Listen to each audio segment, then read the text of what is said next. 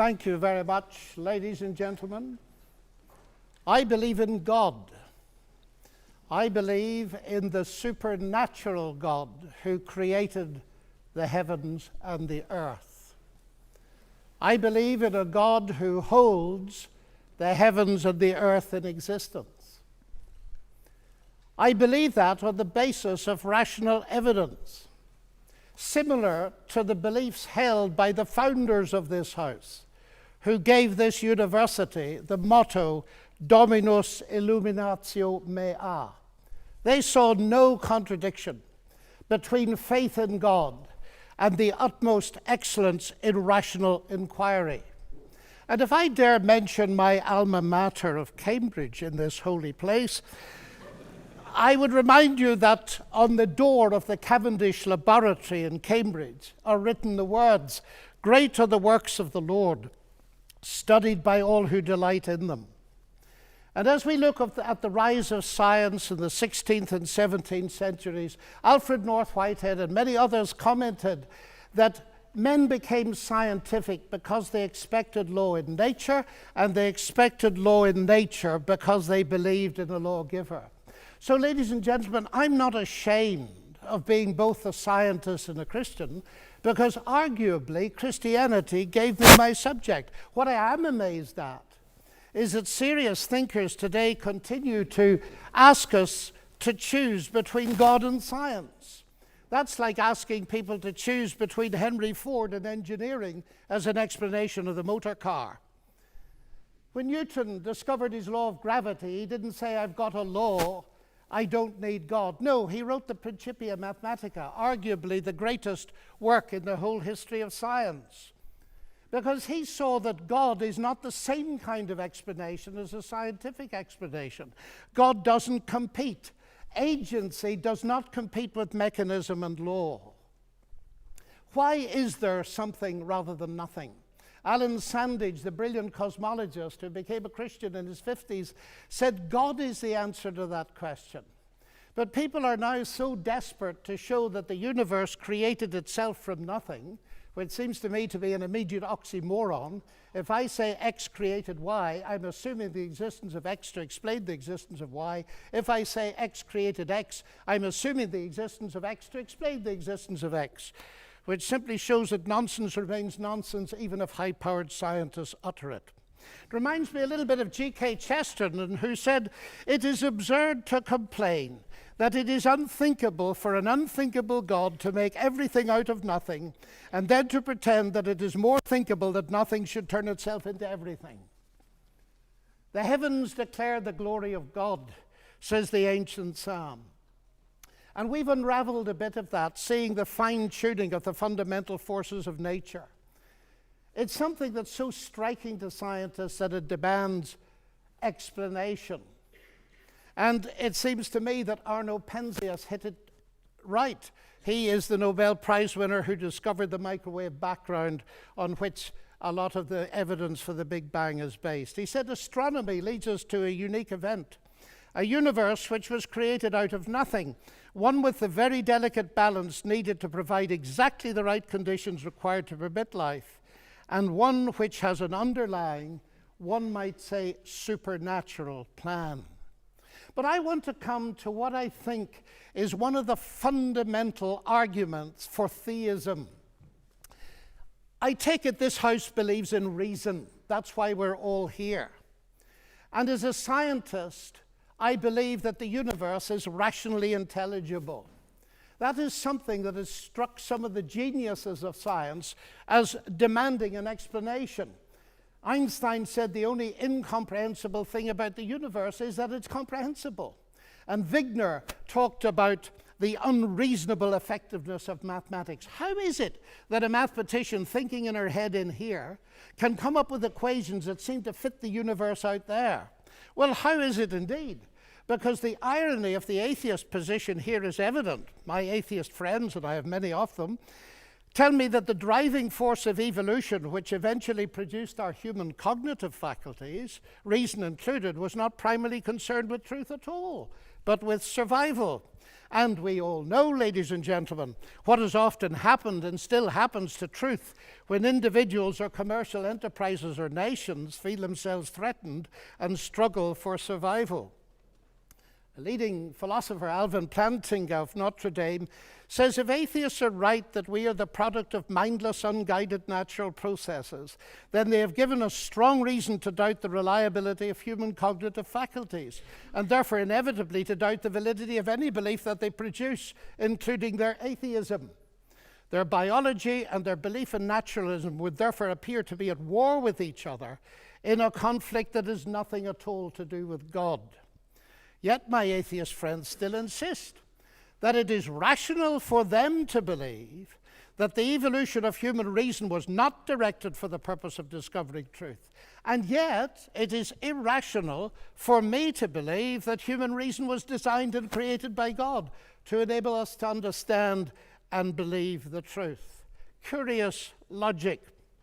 By contrast with that, biblical theism asserts that ultimate reality is personal and intelligent, and the reason science works, and this was the motivating force that drove the great pioneers of science, is that the universe out there and the human mind in here that does the science are ultimately the product of the same intelligent divine mind. Human beings are made, we are told, in God's image, and that means that science can be done. That makes infinitely more sense to me as a scientist than atheism does. Now let me come briefly to ethics. Ethical behavior, like rational behavior, of course, does not itself require religious belief. This is consistent with the fact that humans are created in God's image as rational moral persons. But just as I suggest that rationality cannot be explained without the existence of God, so I dare to suggest that the existence of morality cannot be explained either.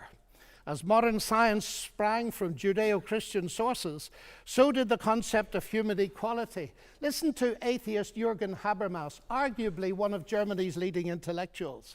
He said that universalistic egalitarianism, from which sprang the ideals of freedom and a collective life and solidarity, the individual morality of conscience, human rights and democracy, is the direct legacy of the Judaic ethic of justice and the Christian ethic of love. This legacy, substantially unchanged, has been the object of continual critical appropriation and reinterpretation. To this day, there's no alternative to it. Everything else is just idle postmodern talk. And it seems to me he's hitting the core of something important, because the value of a human being on which such egalitarianism rests is based not on what the human being can do, but what she's made of, or how she's made in God's image. I never forget speaking on one of my many visits to Russia to a colleague in the Academy of Sciences. And he said, "You know, John, we thought we could abolish God and retain a value for human beings. We found we couldn't, and we murdered millions of them." And Alexander Solzhenitsyn has said, "If I'm asked, why is it that 60 million of my fellow countrymen were sacrificed?" He said, the answer is, we have forgotten God. Science, of course, marvelous as it is limited. Even a Nobel Prize winner, by analyzing a cake, cannot tell why it was made. But Aunt Matilda, who made it, can tell you. She can reveal it to you. But if she doesn't reveal it to you, you'll never know. And that brings me to my next evidence. It's the same with the universe. We can analyze it magnificently. But ultimately, if it has a maker, and I believe it has, only he can tell us what it's all about. And he's done so in the powerful narrative of the Bible, in particular in its analysis of the problem with humanity, not simply in terms of behavioral breakdown between people, but a vertical breakdown of trust between us and the Creator. The unique solution to that problem is not simply in terms of human ethical development, although that's very important, but in terms of something far deeper altogether. The restoration of the fractured relationship with God through the salvation he has brought through Jesus Christ. A radical relationship that empowers us to live ethically from God. And here we reach what for me is the chief evidence, not only for the existence but the nature of God. It is Jesus Christ. He it was who not only taught the golden rule but embodied it, fed the hungry, healed the sick and suffering, and welcomed society's outcasts, brought honor and respect to the marginalized and ashamed. And he's brought forgiveness and peace to multi-millions around the world. He's able to do this, of course, because though he was a man, he uniquely never was only a man, but God become human. The central evidence for this startling claim is, of course, his historical resurrection from the dead that launched Christianity in the world. This is, of course, ladies and gentlemen, a crunch issue. If Jesus rose from the dead, death is not the end and atheism is false. If Jesus did not rise from the dead, Christianity is false. And I remember at Cambridge as a student listening to the brilliant Sir Norman Anderson, a legal expert, going through forensically the evidence from his legal perspective as a brilliant lawyer. And he said at the end of it, "The empty tomb, then, of Jesus forms a veritable rock on which all rationalistic theories of the resurrection dash themselves in vain." Just finally now, as I read the Bible, I do not only find intellectual satisfaction, but I find a great deal of that. I sense the voice of God speaking to me. You say, that's intensely personal. But ladies and gentlemen, we've been asked tonight about belief in God. And I want to strongly emphasize that God is not a theory, he's a person. And if the origination of me qua person is a personal God, then the most exciting thing really is there a possibility of getting to know God? And so I don't simply believe there is a God. I've come to know him and trust him. And I have strong reasons for doing so, because of Christ dying and rising again for me.